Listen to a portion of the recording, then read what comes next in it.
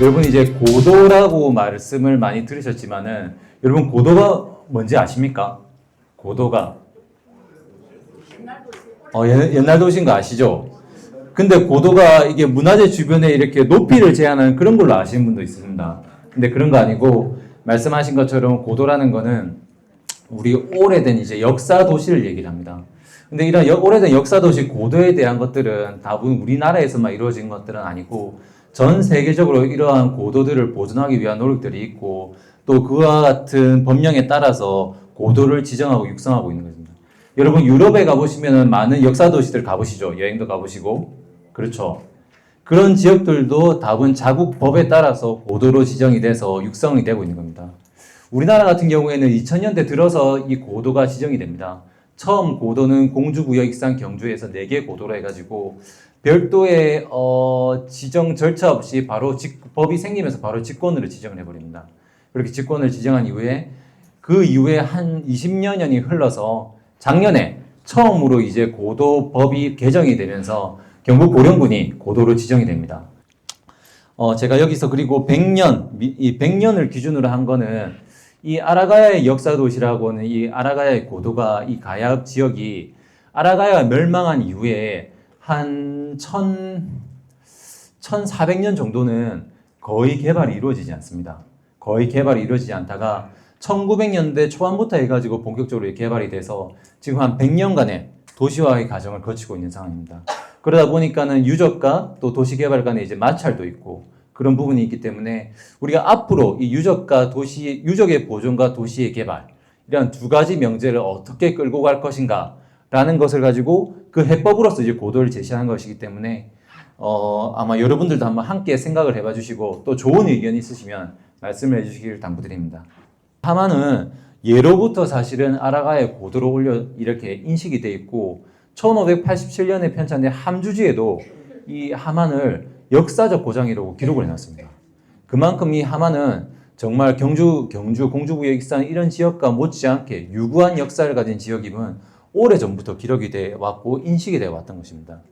그러던 차에 지금 2023년에 마리산 부분이 이제 세계유산으로 등재가 되었고 또 저희가 세계유산 등재 과정에서 또 활발하게 또 아라가야 유적에 대한 조사 연구 정비 사업을 했습니다. 그 사업의 결과 아라가야 왕성지, 토기 생산 유적, 그리고 산성 이런 이전에 발견되지 않았던 아라가야의 주요 유적들이 발굴이 되게 됐고 정말로 우리가 이제는 말로서의 역사적으로서의 고도가 아니라 실질적 눈에 보이는 고도로서의 주장을 할 수 있는 단계에 오르게 됐습니다. 자, 그래서 그럼으로써 아라가야 왕도의 정체성도 강화가 되었고 그리고 왕도의 공간구조. 자, 예전에는 고분군만 있을 시절에는 우리가 고분군 왕릉은 여기 있는데 그러면 왕궁은 어디 있느냐 이런 얘기가 있었는데 이제는 여기 계신 분 아마 대부분 아실 겁니다. 아마 뒤에서 한번 설명해 드리겠지만 확실히 왕궁이 어디인지도 알 수 있게 되었고 그럼 이 왕국을 떠받치는 경제력은 어디서 파생이 됐는지 그런 것들도 알 수 있게 되었고 또 국방은 어떻게 이루어지는지 그런 부분도 다 이제 알 수 있게 되었습니다. 그렇기 때문에 그런 것들을 기반으로 해서 우리는 고도를 지정해 나가겠다고 하는 부분입니다. 그리고 사실은 이 고도라는 걸 통해서 고도를 단순하게 보존만 한다고 이 고도를 지정하자고 하는 건 아닙니다. 우리가 고도를 지정을 하는 것은 이 유적을 통해서 역사적 정체성을 도시의 정체성으로 변환시켜서 우리 도시의 경쟁력을 강화시킴으로써 보다 더 한층 더 나은 사회를 우리 나은 하만을 만들고자 하는 게 그 고도 사업의 주요 목적이라 할 수가 있겠습니다. 아까 제가 말씀드렸듯이 우리 전 세계의 이 고도에 대한 부분은 이 세계유산과 또 밀접하게 관련이 되어 있습니다. 우리 세계유산 같은 경우에는 유네스코에서 유네스코 헌장을 통해 가지고 유네스코 규칙 헌장을 통해 가지고 이 세계유산과 역사 도시에 대해서 이런 규정들을 하고 있는데 이미 1970년대, 80년대부터 유네스코에서는 단순한 역사 유적뿐만이 아니라 그 유적을 품고 있는 주변 지역의 중요성에 대해서도 계속 기술을 하고 있고 그것들을 헌장으로서 전 세계가 함께 나눠야 될 가치로서 공유를 하고 있습니다. 그래서 1987년에 발표된 워싱턴 헌장에서는 이 역사적인 도시지역과 마을 전체의 조화로운 관계를 보장하는 것을 균형을 하고 있고 이를 통해서 우리나라 법령들도 조금씩 이 시기부터 개정이 되게 됩니다. 그러면서 이제 2011년에는 이렇게 역사적 도시들의 단순한 이제 유적뿐만이 아니라 또 도시뿐만 아니라 그 유적이 있는 지역의 전통과 문화 이런 것들도 함께 계승하자는 발레타 원칙이 발표가 되었고 이를 통해서 세계유산 협약 운영 지침에 이제 저희는 마리산 고분군이 세계유산이 되었기 때문에 이 협약 운영 지침을 준수해야 될 의무가 있습니다. 여기서 이 역사 도시의 고고학적 그러니까 주거 기능은 사라졌으나 변하지 않는 옛 고고학적 증거를 보유하고 있는 도시를 역사 도시로서 규정하고 이러한 역사 도시를 보존하고 육성할 것을 세계유산 협약에서 명시를 하고 있습니다. 자, 그러한 이 배경을 바탕으로 해서 우리는 아까 말씀드렸듯이 경주, 공주, 부여, 익산 이 지역을 처음으로 이제 고도로 지정을 했고 최근에는 또 고령까지 이제 고도로 지정을 했고 이러한 역사 도시들의 특징은 그렇습니다. 어쨌든 도시가 가진 역사적 배경이 도시 경관적 정체성으로 반영이 된 겁니다. 그래서 어쨌든 이런 국내에서도 이제 역사 도시라는 부분들이 육성을 돼가고 있고 또 이런 것들의 목적은 역사적 정체성을 도시 공간적 정체성을 구현함으로써 이 도시의 브랜드 가치를 올린다는 특징을 가지고 있습니다. 그래서 하만 아라가야 고도 사업의 목적 역시도 이 아라가야의 역사적 정체성이 규명이 됐으니 이것을 우리 도시의 정체성으로 실제 눈으로 볼 수 있는 무언가로 구현하고자 하는 것이 이 아라가야 고도 사업의 가장 큰 목적이라 할 수 있습니다.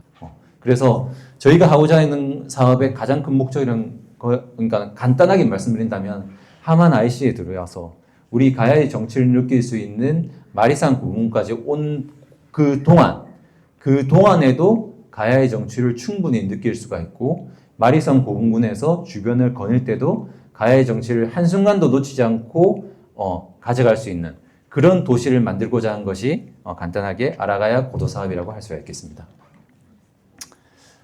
말씀드린 것처럼 이 간단하게 아라가야 역사 정체성을 말씀드리면은 뭐 삼국유사, 삼국사기 뭐 등지에서 여러 기록들이 많이 있습니다. 그렇지만은 여러 기록들에 모두 이 하만은 아라가야의 고지다라고 기록을 하고 있습니다.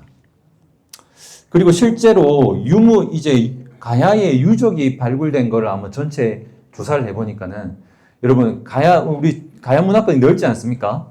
그런데 이 중에서 가야의 유적이 가장 많은 곳이 어딘지 아십니까? 하만입니다. 하만. 김해, 고령보다 하만이 훨씬 많습니다. 지금 이 점 보이시죠?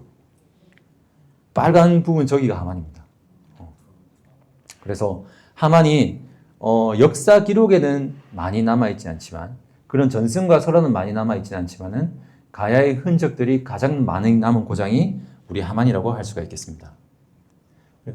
우리 아라가야의 영역을 잠시 살펴보면은 하만을 중심으로 진주의 동쪽 그리고 의령의 일부 지역 그리고 창원의 서쪽 창원의 한 지금 도계동 정도 그쪽까지는 다 아라가야의 어느 정도 영역이라 할 수가 있습니다. 그리고 진동만과 현동 이쪽까지가 넓은 지역이 아라가야 영역이라 할 수 있습니다. 그래서 어쨌든 하만을 중심으로 이렇게 넓은 지역을 아라가야 영역이라고 할 수가 있습니다. 아까 말씀드렸듯이 전체 2495개소 중에 194개소로서 하만이 가장 많은 가야유적을 가지고 있고 또 유적의 종류에서도 다른 지역하고 비교가 되지 않습니다. 여러분 우리가 고도 왕도라고 하면은 첫 번째 왕궁이 있어야 되겠죠. 그렇죠? 왕궁이 지금 하만, 아라가야, 금강가야, 대가야, 소가야 이렇게 있지만은 왕궁이 발견된 곳은 사실은 요 두 군데뿐입니다. 자, 그리고 그럼 이런 왕국을 지탱했던 경제 구조를 보여준 유적은 무엇이 있을까? 저희 아라가야는 천재산 일원의 토기가마군이 있습니다. 저희 가야 묘사리부터 해가지고 법수면, 대산까지 해가지고 전체 23개소의 토기가마가 있는데 사실은 이거는 우리 역사상 우리 대한민국 역사상 최초의 산업단지라고 볼 수 있습니다.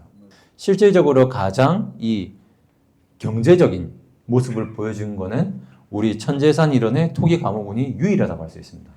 이거는 우리 아라가야 측면에서도 중요한 유적이고 또 가야사 전체에 있어서 사실 중요한 측면이고 우리 대한민국의 산업 경제사 측면에서도 중요한 유적입니다. 그 유적이 함안군, 가야읍, 법수면, 대산면 일원의 위치를 하고 있습니다. 그리고 국방, 어떻게 나라를 지켰는지 그 국방을 보여주는 것은 대부채로 이제 군사 기지를 할 수 있는 산성인데 그 산성 역시도 하만이 가장 많이 보유를 하고 있습니다. 제2유적 역시도 아까 교수님 말씀하셨던 이 당산유적. 여러분 지금 충의공원 있죠? 충의공원. 충의공원 그 뒤에 가보셨습니까? 안 가보신다면 거기도 걷기 좋으시니까는 한번 가시면은 거기서 또 마리산 고분군을 바라보시는 느낌이 완전히 또 다르실 겁니다. 그리고 마지막으로 멸망의 모습을 보여주는 유적이 성산산성이라고 할 수 있습니다. 여러분들 성산산성 다들 좋아하시고 많이들 가보셨죠? 성산산성은. 가장 쉽게 이 가야읍의 전체 모습을 보는 방법은 이 성산산성에 올라가서 내려다 보는 방법이 가장 좋다고 할 수 있습니다. 그만큼 이 가야읍, 가야고도 전체를 볼 수 있는 지역으로서 신라는 가야를 멸망시키기 위해서 아마 이 성을 쌓은 걸로 생각이 됩니다. 그래서 이 아라가야의 멸망과 쇠퇴를 보여주는 그 한 장면이 바로 성산산성이라 할 수가 있습니다. 자, 이렇게 위치하고 있습니다. 여기 천제산이라는 토기가원군이 이렇게 위치하고 있고 가운데 가야류적을 중심으로 해서 그 남쪽에는 이 마리산 고분군, 동구릉과 서구릉이 위치하고 있고 여기 당산유적 위치하고 있고 여기 성산성이 위치를 하고 있습니다. 그래서 요 지역이 아라가야의 왕도라고 할 수가 있습니다. 가야류적을 중심으로. 그리고 그 위로 해가지고 북쪽 지역에 이 산업단지를 할 수 있는 천제산이나 토기가마가 위치를 하고 있고 그리고 이 남쪽에 신라의 침입을 보여주는 성산성이 위치를 하고 있습니다. 그래서 요 모습이 어찌 보면은 1500년 전 아라가야의 왕도의 모습을 보여주는 아주 실증적인 증거라고 할 수가 있습니다. 자, 재밌는 거는 이 신라는 가야를 멸망시키고 난 이후에 이 가야읍 지역, 가야의 고도 지역을 사용하지 않습니다. 지금 여기 노란색으로 표시된 것들이 가야의 중심 지역들, 그러니까 아라가야가 중심으로 해서 도시를 만들었던 지역이 여기고 여기가 성산산성입니다. 그리고 요 뒤쪽으로 해가지고 자 여러분 보십시오. 여기는 전부 가야유적밖에 없습니다. 가야읍 지역은. 근데 성산산성은 경계로 이 남쪽 지역은 전부 신라유적밖에 없습니다. 왜 그럴까요? 신라는 아라가야를 정복한 다음에 이 지역을 옛 아라가야의 지역을 사용하지 않습니다. 여기다 어떤 것도 사용하지 않고 성산산성을 쌓음으로써 성산산성 남쪽에 새로운 도시를 계획해버립니다. 그럼으로써 이 이후에 가야 멸망 이후에 하만의 중심은 모두 이 지금 하만면, 옛날 읍내면이라든 이 하만면을 중심으로 이루어지게 됩니다. 그러다 보니까는 여러분 뭐 통일신라 시대 유적부터 통일신라 시대 절터부터 해가지고 그 다음에 그 이후에 고려 시대의 고읍성부터 해가지고 신라의 읍성, 조선 시대의 읍성, 향교 전부 다 이 하만면에 다 있습니다. 그러던 것이 계속 그래서 이게 이 중심지가 이제 계속 이 하만의 중심지는 여기에 이어지던 것이 1954년에 가야 이 군청이 이쪽으로 이동을 합니다. 그러면서 다시 이쪽이 본격적인 도심화가 이루어지게 됩니다. 그래서 이 성산산성은 어찌 보면은 신라와 가야의 경계를 이루는 단적인 모습을 보여주고 있고 또 역사적으로 1400년의 단절을 보여주는 중요한 모습이라고 할 수가 있습니다. 요 가야리 유적에서 바라본 이 가야 고도의 모습입니다. 여러분 이 마리산 고분군 여기 2호분 3호분 많이 올라가 보셨을 텐데 이 마리산 고분군 2호분 3호분에서는 마리산 고분군 전체가 다 안 보입니다. 아시죠? 그런데 여러분 여기 지금 잘 정비가 되어 있을 건데 이 가야리 유적 여기 탁 위에 올라가서 보시면은 이 마리산 고분군이 한눈에 다 들어옵니다. 그래서 한번 여기서만 보시지 마시고 다음에 이제 이쪽에 와서 차도 한잔 하시고 꽃테마파크 오셔가지고 구경도 하시고 차도 한잔 하시고 요 위에 올라서셔서 이 가야류적에 올라서시면은 이 가야읍 전체 가야 왕도를 가야 왕이 된 아라가야의 왕이 된 심정으로 한눈에 내려다 보실 수가 있습니다. 그래서 이제 중요 유적들을 또 간단하게 설명을 드리면은 여기가 가야류 유적입니다. 여기가 아까 제가 여기서 이제 올라서서 보시라고 말씀드렸던 거고, 요거는 예전부터 여기가 이제 아라가야의 왕궁이라고 이제 전해지긴 했었지만은 실제로 조사는 이루어지지 않았습니다. 그러다가 2018년에부터 해가지고 이제 본격적인 조사가 이루어졌고, 사실은 그 안에서 진짜 깜짝 놀랄 만한 성과가 나왔습니다. 아라가야의 여기 가야리 유적하고 백제의 몽천토성하고 경주의 월성이 거의 비슷합니다.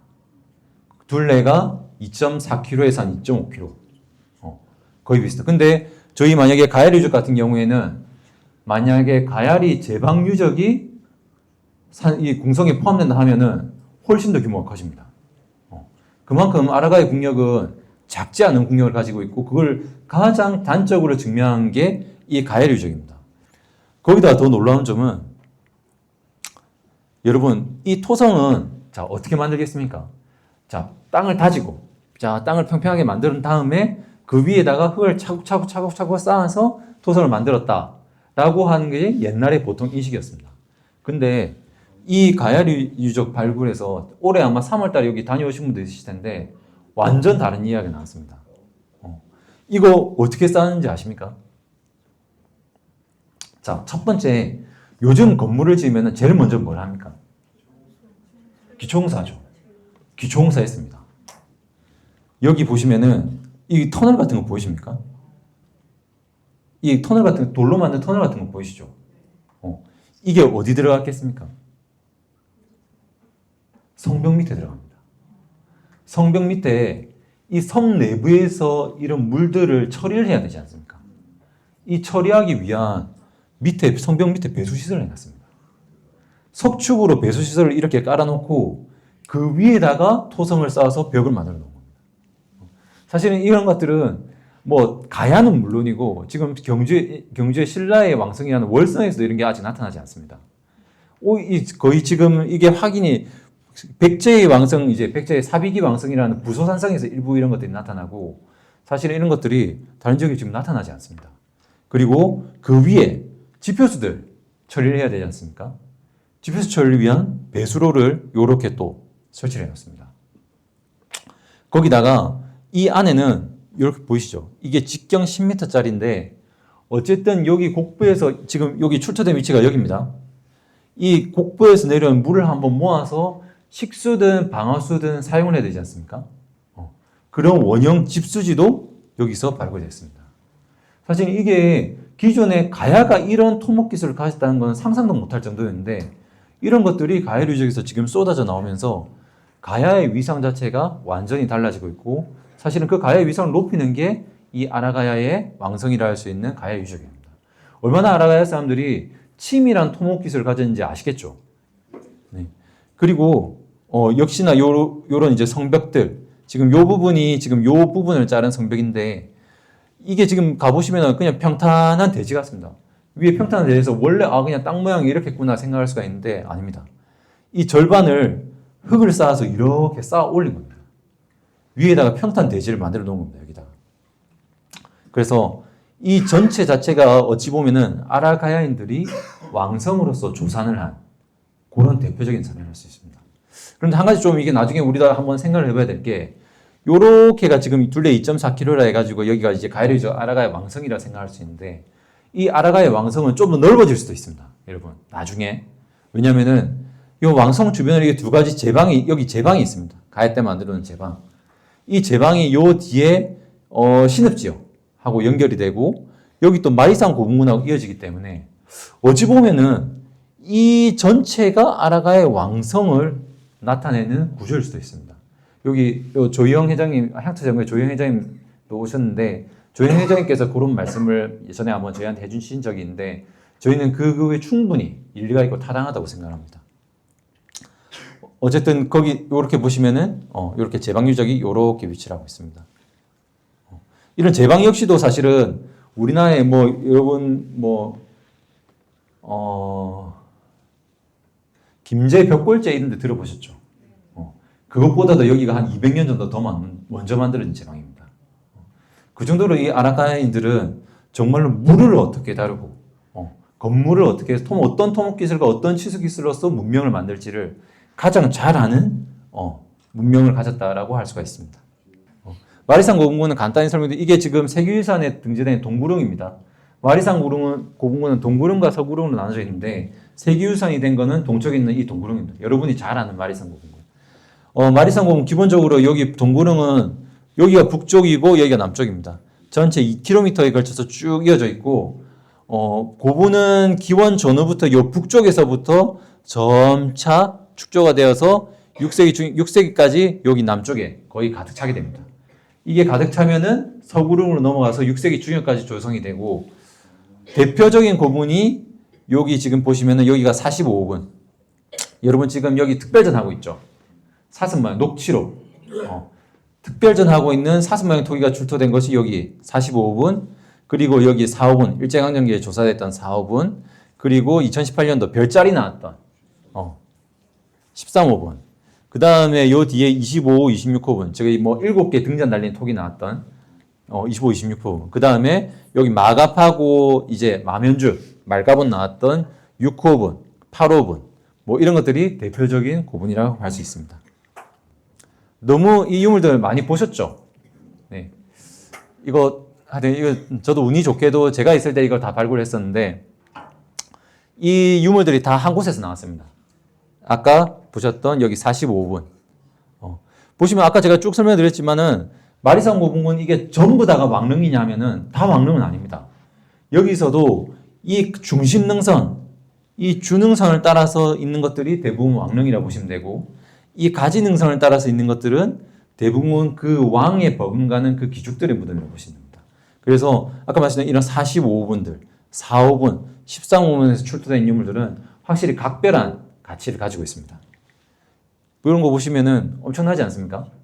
여러분 이 중에서 뭐가 제일 마음에 드시나요? 사슴 제일 좋으신가요? 왕관. 네. 이거 오늘 강의가 이제 고도라서 이건 간단히 넘어갈 텐데, 저는 개인적으로는 사슴도 사실, 여러분 사슴에서 여러분 이거 꼭 하나 아셔야 될 게 있습니다. 이거 지금 깨진 부분 있죠? 이거 깨진 거 보이십니까? 이거 왜 깨졌을까요? 네? 발굴하다가 아닙니다. 선생님 정확하게 말씀드립니다. 이게 무덤에 부장된 유물입니다. 무덤에 부장을 하면서 사실은 저희가 이거를 제가 아직도 생생하게 기억나는데 2019년 5월이 4월쯤 됐을 때입니다. 처음에는 요 머리 없이 요렇게만 나왔습니다. 그래서 이게 처음에는 돼지인 줄 알았습니다. 이거 돼지인 줄 알았는데 여기서 만약에 발굴이 됐으면은 조금 더 발굴해 보니까 저기서 머리가 나온 겁니다. 문제는 이 무덤은 도굴이 안 된 무덤입니다. 그러다 보니까는 누가 이렇게 해치다가 저쪽으로 갈 리는 없는 거죠. 결국에는 목을 탁 깨서 넣은 겁니다. 이걸 이제 보통 고고하게 이걸 회기라 합니다. 회기. 일부러 깨서 넣는 겁니다. 왜 그렇습니까? 저 세상에 가져가라고. 저 세상 갈 때 가져가라고 일부러 회기를 합니다. 이 회기의 흔적이기 때문에 이게 엄청 중요합니다. 그리고 여러분 요 두 유물들은 진짜 한번 잘 보시면 좋을 것 같습니다. 특히나 일본 여행 가신 분들, 일본 여행 가시면은 이런 건물이 있나 한번 꼭 보시고 또 한번 주안점으로 한번 봐주셨으면 하는 게 지붕입니다. 이거 여러분 지붕 뭔가 같습니까? 네? 자, 우리가 이제 고도가 되면은 어쨌든 이런 이 옛날의 집들이나 이런 것도 복원을 한번 해봐야 되겠죠. 근데 이거 귀한 것 같습니까? 아닌 것 같습니까? 기와는 아닌 것 같죠. 그럼 어떤 지붕을 썼을까요? 하나는 이게 지붕이 날아가 있고 하나는 지붕이 있는데 뭐 어떤 지붕일까요? 이게 한번 일본 가시면은 이런 초가로 된 지붕들, 두터운 이런 지붕들 많이 보시죠. 한번 보시고 한번 다음에 또 강의 있을 때 다 같이 한번 의견을 한번 나눠보시죠. 어떤 지붕이었을지. 분명한 거는 아라가인들은 기와를 안 썼습니다. 기와 이렇게 토기를 잘 굽는 거 보면 기와를 쓰지 못해서는 아닐 겁니다. 일본에도 여러분 일본 고대 건축 보면 기와가 없죠. 그렇기 때문에 이런 부분들도 한번 진짜 깊게 고민해야 되고 사실은 이거는 진짜 우리 건축사상으로 진짜 우리가 정말 고민해야 되고 정말 중요한 유물이기 때문에 여러분 아라가야인들이 어떤 창고를 짓고 있는지 아실 수가 없죠. 아무리 글로 설명을 해도 잘 모르시겠죠. 근데 이거 보니까 아실 수 있겠죠. 그리고 여러분 배, 여러분 가야 사람들이 어떤 배 타고 가는지 우리가 그래서 아무리 설명해봐야 모르시죠. 저도 잘 모릅니다. 근데 이거 보면 이런 거 타고 다녔겠구나 아시겠죠. 네. 보시면은 여기 뾰족뾰족한 거 이거는 뿔이 아니라 노골입니다. 노골이. 이렇게 노를 저어서 가야 되니까는 양쪽에 5개씩 해가지고 노골이를 가진 배입니다. 어찌 보면 이게 아라가야 왕이 가진 자가용이라 할 수도 있겠죠. 자, 그리고 마리산 이건 13호분에 요 두 개는 마리산 13호분 별자리 나온 고문에서 나는 유물인데 요거는 뭐냐면은 허리띠 장식입니다. 허리띠 장식. 네. 허리띠 장식이라서 여러분 가죽 허리띠 많이 사용하시죠? 근데 그거에다가 요거를 꽂습니다. 이게 탁탁 꽂아가지고 사용하는 방식입니다. 근데 원래는 이게 훨씬 많아야죠. 숫자가 훨씬 많아야 되는데 마리산 13호분은 일제강점기 때 이거 한번 도구를 당합니다. 도구를 당해서 지금 남아있는 게 이건데 문제는 이게 국산이 아니란 겁니다. 이게 중국산입니다. 우리 지금 생각하면 중국산이라면 좀 싼 걸 썼나 이렇게 생각할 수가 있는데 그때 중국산은 최고의 하이테크 제품이겠죠. 그리고 더 중요한 거는 요거하고 관련이 있는데 여러분 이거는 마리산 75분에서 출토된 청자입니다. 여러분 가야 이렇게 박물관 가보시면서 청자 보기가 쉽지 않으실 겁니다. 국립중앙박물관 가보시면 청자가 나올 수도 있는데 우리는 청자가 10세기 돼야지 청자가 나옵니다. 우리 이제 고려청자 얘기하지 않습니까? 고려청자 10세기에 나오는데 이거 5세기 후반 겁니다. 5세기 후반. 475년부터 500년 사이 AD. 왜 청자가 있을까요? 네? 자, 국산이다 생각하시는 분. 메이드 인 차이나입니다. 역시나. 메이드 인 차이나인데 너무 예쁘지 않습니까? 여러분 이거 실제 유물 있으니까 한번 꼭 가서 보십시오. 이게 기능은 뭐냐면은 다완입니다. 다완. 여러분 차 드시는 분 다완 쓰시죠? 그때 만들었던 다완입니다. 이게.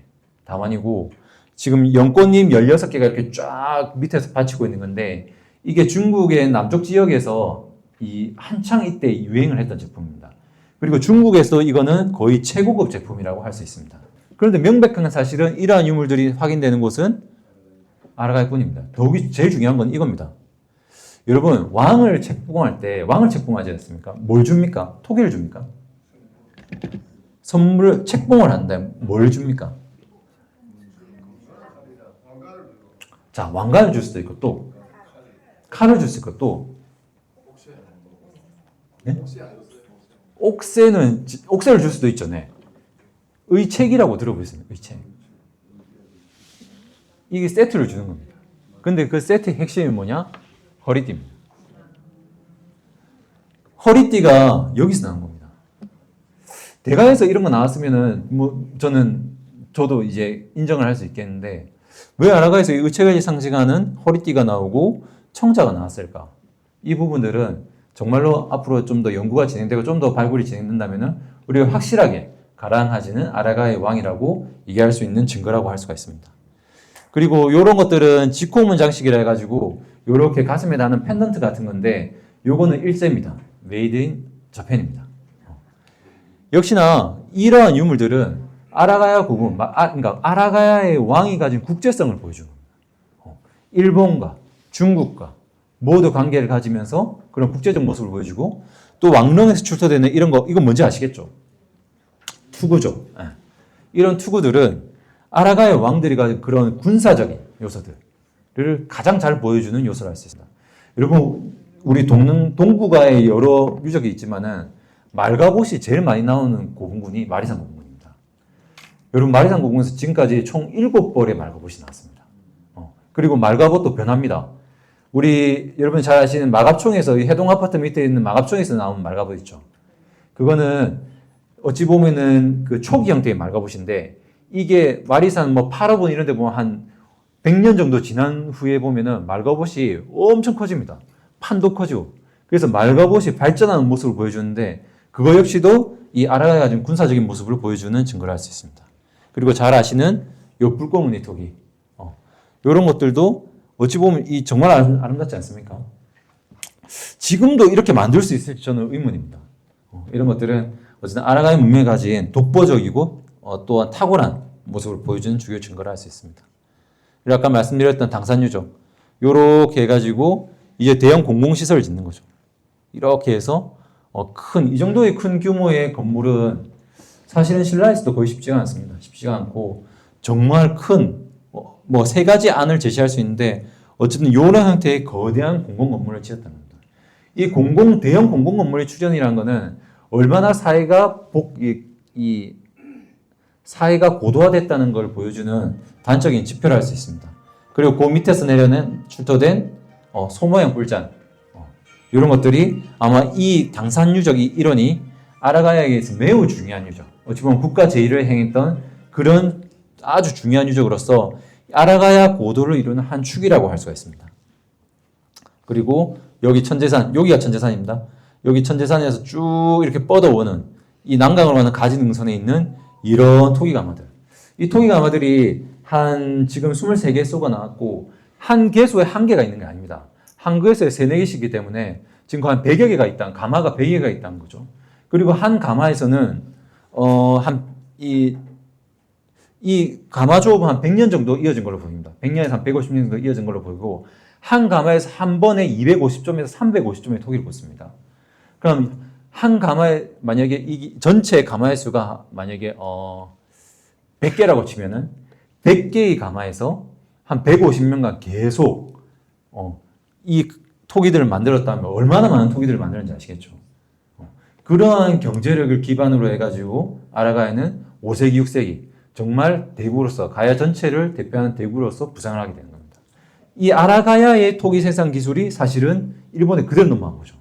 그래서 일본의 지금 오사카 지역에 있는 뭐 세무라 유적 이런 데 가보시면은 전체 이 토기 가마가 형태도 비슷하고 물론 여기 이제 아라가야 토기들도 출토가 되고 전체적인 그 위치까지도 거의 똑같이 그쪽에 가 있습니다. 그래서 아마도 이 아라가야의 공인들이 그대로 직접 넘어가서 그쪽에서 털을 잡은 것이 아닌가 그렇게 여겨지고 있습니다.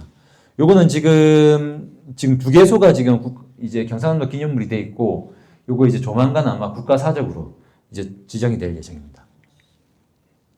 자, 어쨌든 요 위에가 이제 이 가야읍을 중심으로 한 지역이 가야의 왕도 지역이었다면은 이 성산한성 아래쪽으로 해가지고는 아예 신라의 영역을 받습니다.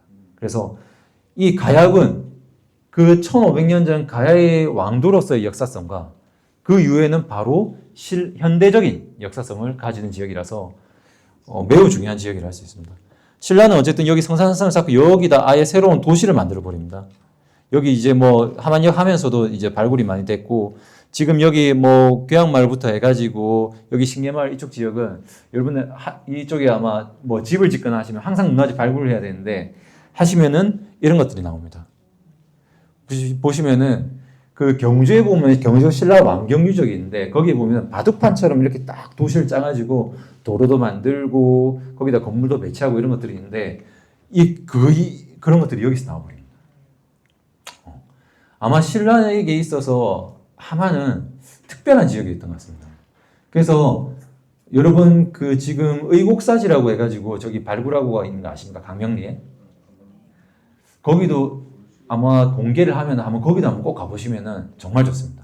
아마 그게 이러한 도시 유적과 연계를 해서 아마 신라가 이 지역을 서쪽 지역으로 이제 진출하기 위한 거점화하고 또 남부 지역을 통치하는 거점으로서 아주 중요하게 여겼다는 걸 보여주는 아주 중요한 증거를 할 수 있습니다.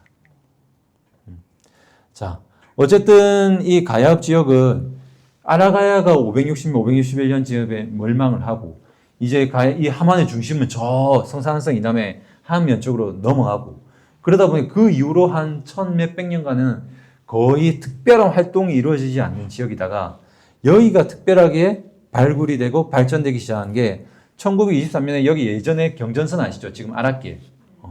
그 경전선 철로가 이렇게 지나가면서 본격적으로 도시화가 진행이 되게 됩니다.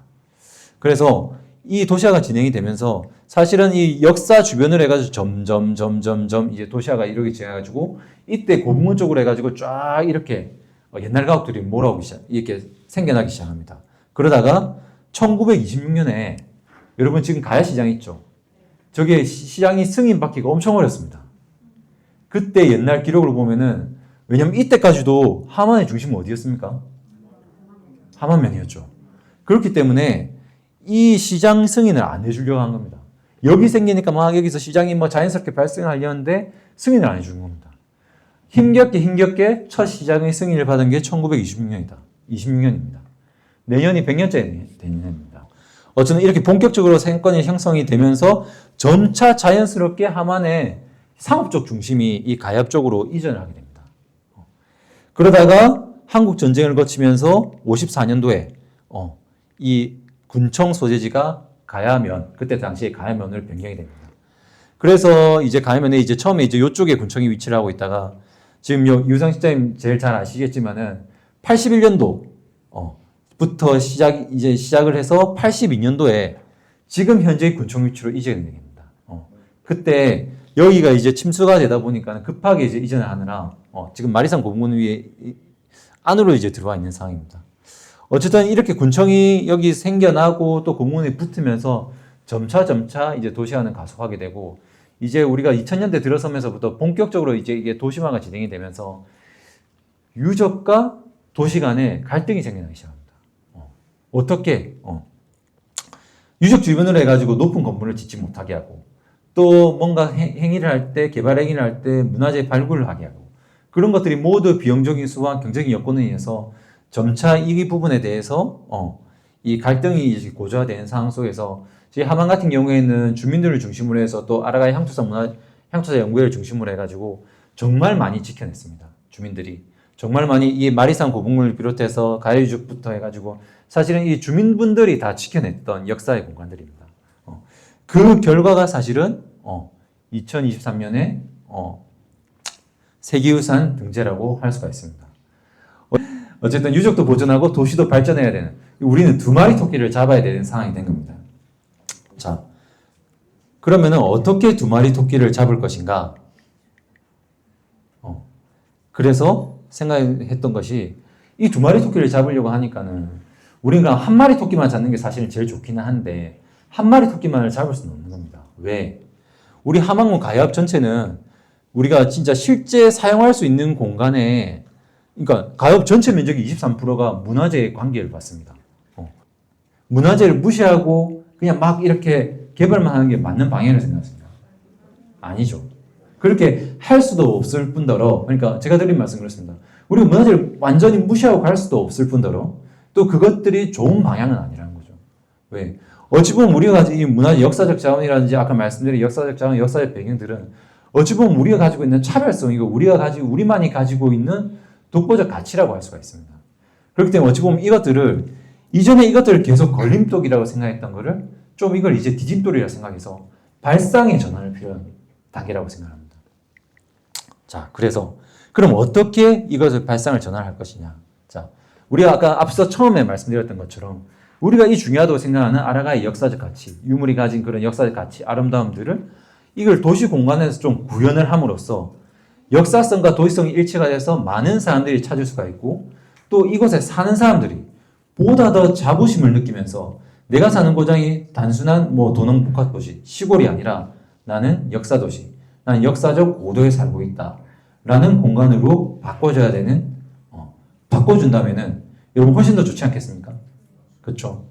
자, 그러면은 어떻게 우리는 이런 역사적 정체성을 도시적 정체성으로 바꾸고 어떻게 역사 도시로서 구현해 나갈 것인가 라는 측면에서 세 가지 그러니까 현실적인 세 가지 방법이 있다면은 역사문화 환경의 보존과 역사문화권 정비법 그리고 고도 지정을 통한 고도 조성 사업이 있다고 할 수가 있습니다. 이를 위해서 저희가 2019년부터 해가지고 전체적으로 한번 이걸 우리 함안의 개발, 함안을 어떻게 발전시킨가를 한번 마스터 플랜을 해서 문화유산적 관점에서 한번 지켜봤습니다. 그래서 전체적으로 이 함안의 문화권을 나눠봤고 어쨌든 그 과정 속에서 핵심 유적과 어떻게 왕도가 구성되는지 자 이렇게 가야의 왕도가 구성이 되겠다면 그 이후에 통일신라와 고려조선의 함안의 중심지의 영역 이렇게 나눈 것도 분석을 했었고 또 그걸 통해서 그럼 어떻게 이런 중요 유적들을 연결시킬까를 함께 고민을 해봤습니다. 그래서 이제 그러던 찰나에 2022년도에 이제 2020년도에 이제 역사문화권 정비법이라 해가지고 처음에 법안이 생겼고 21년도에 시행이 돼서 22년도에 처음으로 문화재청에서 이제 기본계획 수립을 공고합니다. 그래서 2023년도에 처음으로 이제 역사문화권 정비법. 자, 우리나라에 여러 가지 고대에 여러 가지 역사적 가치들이 있는데 그 가치들을 좀 더 잘 살리고 그 가치가 가진 유적 주변을 좀 더 잘 살게 해서 이전에 이제 문화재 주변에 계신 분들은 항상 피해만 봤다 생각하시지 않습니까? 사실 피해를 받으셨고, 그거를 좀 개발 사업을 통해서 좀 그분들의 피해를 다시 회복을 시켜주고 좀 보상을 해주고 돌려주자 하는 취지에서 마련된 것이 이 역사문화권 정비법이라 할 수 있습니다.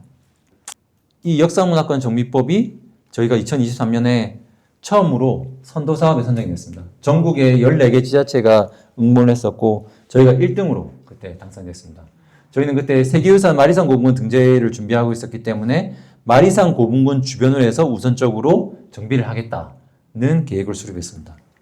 마리산 고분 주변에 이렇게 좀 더 마리산 고분을 잘 알 수 있도록 이렇게 뷰포인트도 만들고 또 문화 기반 시설도 구축을 하고 고분군 주변에 이제 안내 표지판도 정비하는 그런 사업들이라 할 수 있습니다. 그리고 주민들에게 이제 한옥 지원 사업 같은 것도 일부 들어갑니다. 근데 이 사업을 초기에 제가 사업을 진행을 했었는데 조금 이 사업에 제가 그때 설명을 할 때도 이 사업에 약간 한계가 있습니다. 너무 좋은 사업인데 이 사업은 3년간 지속을 되게 됩니다. 3년. 3년 동안 사업 기간 동안에 사업비를 투입해서 이런 성과들을 거두고자 하는 건데 여러분 3년이라는 시간이 길면 긴 시간이지만은 사실은 우리가 뭐 바라보고 있는 뭐 세계 유수의 고도들 뭐 따로 아니면 국내로 좁혀서는 뭐 공주부여액산 경주와 같은 그런 고도들을까지 가기에는 사실 3년이라는 시간은 긴 시간이 짧은 시간입니다.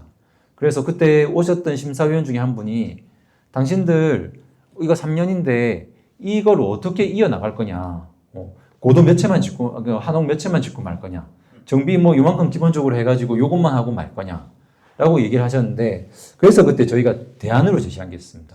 우리는 역사문화권 정비 사업이 끝이 나면은 우리는 고도 사업으로 전환을 해서 고도 사업은 종료 기한이 없기 때문에 지속적으로 이 사업을 추진해 나가겠다라고 설명했습니다.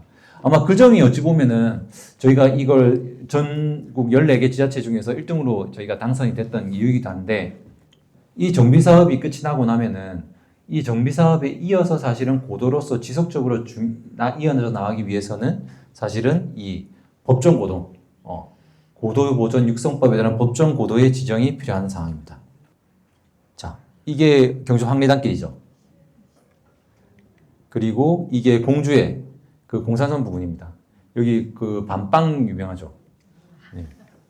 그리고 여기가 익산의 금마면, 미륵사지 일원입니다. 여기도 사실 여기가 여러분들 아시지만 여기 이주단지입니다. 그 새롭게 이제 고도 사업을 하면서 이제 그쪽에 유적지 주변에 있는 분들 이주를 하셨는데 이렇게 집을 지어가지고 분양을 해드렸습니다. 여러분 이렇게 한다면 이주를 하시겠습니까? 네. 좋으시죠? 네. 여기 같은 경우는 여기 한번 꼭 가보시면 좋은 게 여기 그 한옥으로 도서관을 만들어놨습니다. 요 지금 이 뒷집인가 여기가 여기 도서관 있구나. 여기 금마 도서관인데 되게 작아 보이시지 않습니까? 안 작습니다. 여기 지하가 있습니다. 지하까지 해가지고 가운데 이제 중정을 두고 해가지고 정말 예쁘게 도서관 만들었는데 이런 사업들 한번 하면 좋지 않겠습니까? 네. 그럼 우리는 정말 우리만의 고도를 어떻게 구현해 나갈 것인지는 아마 우리 이제 여기 계신 분들하고 군하고 또 전문가들하고 함께 고민해서 정말 우리 가야의 고도는 무엇을 보여줄 것인가? 정말 시각적으로 그 부분도 아마 함께 고민해야 계기가 마련이 될 걸로 생각합니다. 고도 지정 절차는 이렇습니다. 저희가 지금 타당성 조사도 했고요. 주민의견 수렴도 저희가 작년에 8월 달에 했습니다. 8월 달에 했고 그 다음에 경상남도 사전 협의도 끝났고 작년에 9월 달에 지정 신청을 했습니다. 근데 지금 이때 결과가 보류가 났습니다.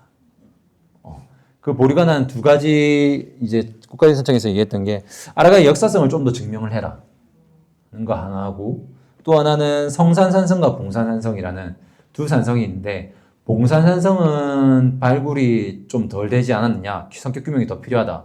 그리고 성산산성은 왜 신라산성이 여기 들어갔느냐라고 얘기했는데 실제로 이번 다른 고도 지역에 이제 내년에 보시면 아시겠지만은 단순하게 그 딱 백제면 백제, 신라면 신라 그 유적만 고도에 들어가지 않습니다.